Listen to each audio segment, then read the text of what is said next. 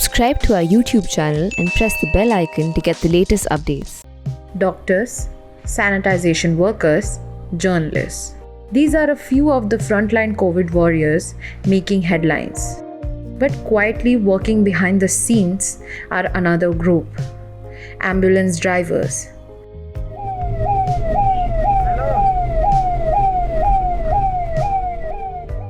Who have worked relentlessly since the pandemic hit India.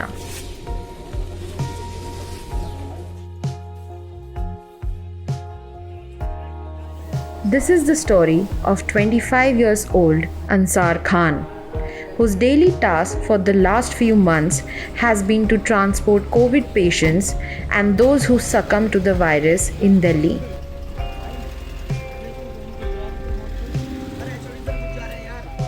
Before driving an ambulance, Ansar drove a car in Grameen Seva. He started driving the ambulance in April when the total number of COVID positive cases in India stood in the thousands. In the 5 months since then, India has climbed to number 2 on the global chart of COVID cases. But Ansar's task has stayed the same. Ansar's day starts around 7 a.m. He has to reach the mortuary at 9:30 a.m. Bodies have already started to mount. He works 7 days a week without a day's rest. जब मेरे पे है ना call आई थी जब मैं घर पे था कि अच्छा जी आप खाली हो, मैंने कहा हाँ जी खाली हैं। तो उनने मेरे से बोला कि मैं एम्बुलेंस चलानी है। मैं एम्बुलेंस तक तो ठीक था, जब उनने क्या है ना क्योंकि LNGP में कोविड में चलानी है तो थोड़ा मैं डर गया, क्योंकि उस टाइम इतनी महामारी हो रही थी कि इसके नाम से है ना लोग बाग है ना 10 मीटर के हिसाब से दूर चले जाते थे, जहाँ एक बात भी नहीं कर सकते थे किसी से। उस टाइम तो पहले घर से ही बाहर निकल जाओ वो बहुत बड़ी बात थी, एक तो बहुत सख्ती थी। तो मेरे से कॉल आया तो मैंने सोचा कि घर पे बैठ के भी क्या है, ठीक है ये बीमारी लगेगी तो मुझे घर पे बैठ के भी लग सकती है। इस वजह से मैंने फ़ैसला घर वालों से पूछा कि एम्बुलेंस चलानी, उन्होंने डायरेक्ट मना कर दिया। मैंने नहीं, ऐसी कोई बात नहीं, ऐसे बुरे वक्त में हम काम नहीं आएंगे। हम जैसे ड्राइवर की इस टाइम पूछ हो रही है, कदर हो रही है, बुलाया जा रहा है, हमें किसी फ़र्ज़ के नहीं है। तो मैंने सबसे कह दिया देखो मुझे जाना है तो जाना है।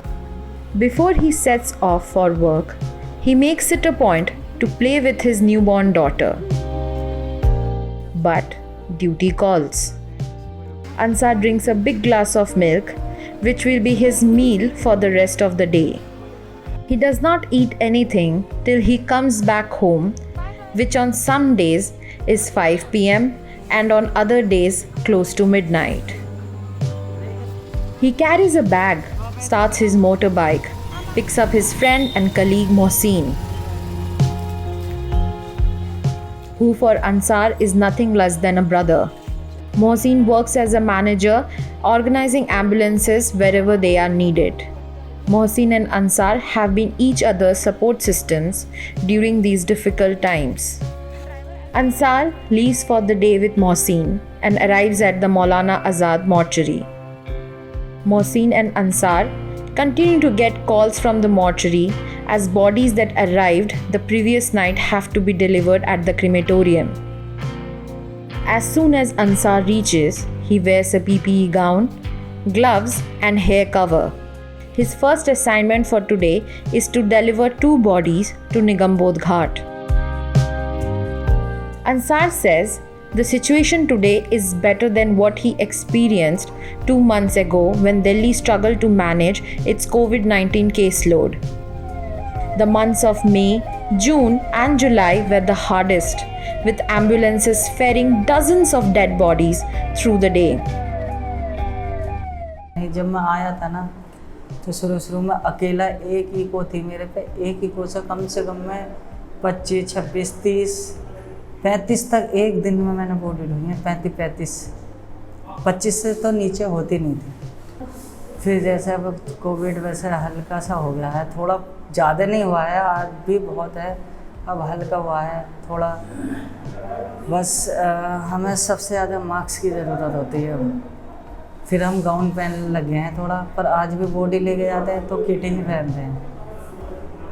मैंने 17 घंटे 16 घंटे 14 घंटे ड्यूटी करी अपनी मर्ज़ी से। इस दौरान में फिर मैं रहता था, एक आध जना और था मेरे साथ में, तो और हम संभालते थे। फिर 2-3 घंटे बीच में कोई नहीं होता था, हम बहुत मेहनत करके जल्दी जल्दी करते थे। तो जब एक लगन सी लग गई थी, एक पता नहीं ये था कि हमारी वजह से कोई और बच रहा है, किसी की सीरियस हालत है, हम जल्दी से जल्दी करते थे। एक पे जिम्मेदार पहले एक पे थी, अब सबको बांट दी है ये थोड़ी थोड़ी कि आप भी जाना और आप भी जाना और आप भी।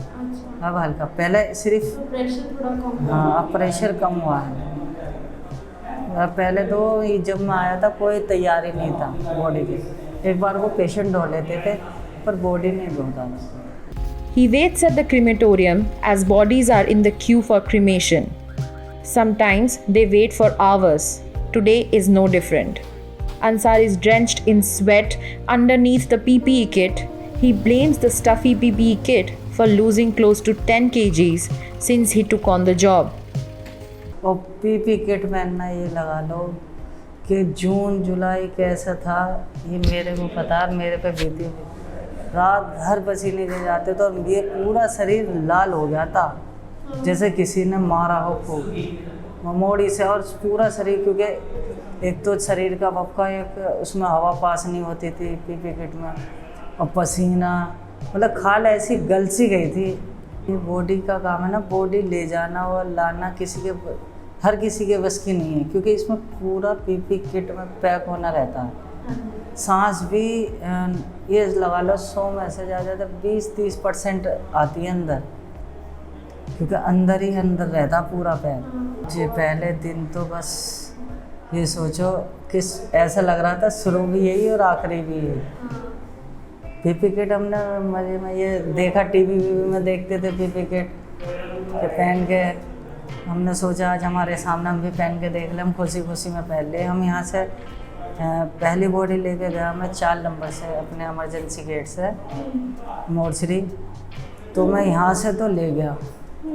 यहाँ से ले जाने के बाद जो मैं वापसी रिटर्न आया हूँ ना, जून जुलाई का चल रहा था, जून का, और इतनी गर्मी ये लगा लो, मैं बस मेरे साथ जो 2 एन हो गए थे, बस उतरने के बाद मुझे चक्कर इतने आए कि मेरे से ना बात हो रही, प्यास इतनी लग रही, और मैं वहीं पे बैठ गया।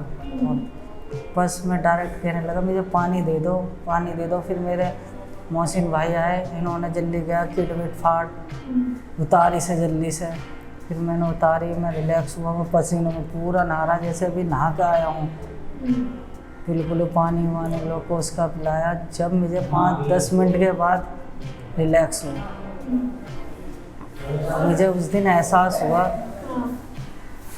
कि पीपी किट और कोरोना में क्या फ़र्क है।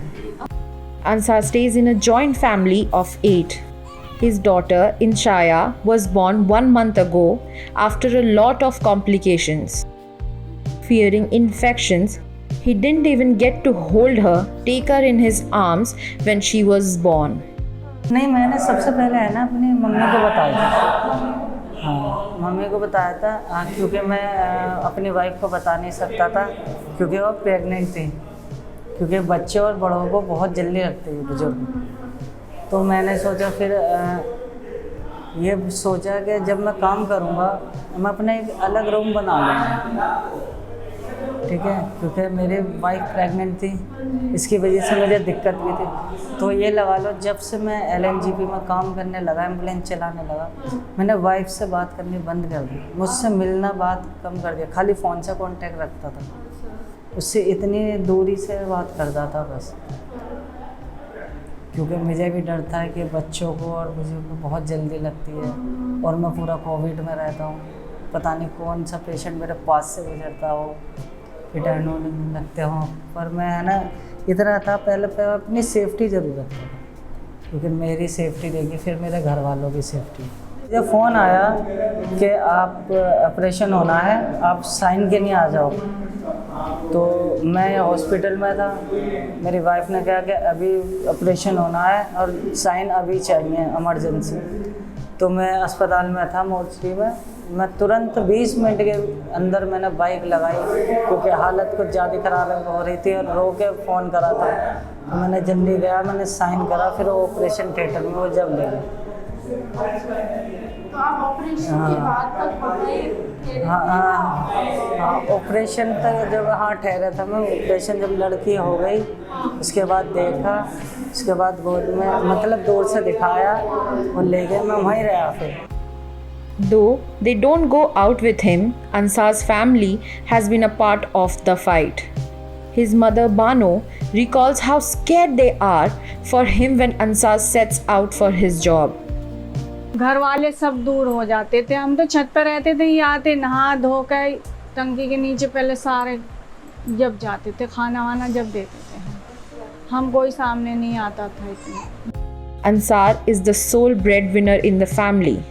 His father, Samshad, who was working as an ice cream seller, didn't find work after the lockdown and later suffered a heart attack in August, rendering him disabled. COVID has changed how Ansar perceives death and says he sometimes has nightmares of fading bodies around. क्योंकि हम Covid में चल रहे हैं, डर रहता ही है कि कब क्या हादसा हो जाए, इसलिए तो आज भी सपने आते हैं क्योंकि यही रहता है हमें पूरे दिन पेशेंट ही बॉडी पेशेंट बॉडी। तो वही रात को जब मैं सोता हूँ ना तो ऐसा लगता है कि मैं गाड़ी चला पेशेंट वहाँ छोड़ने जा रहा हूँ या बॉडी वहाँ छोड़ने जा रहा हूँ। तो इसलिए यही रहता है क्योंकि फ़ोन में आते हैं बॉडी के। Neighbors too were against him working at the mortuary.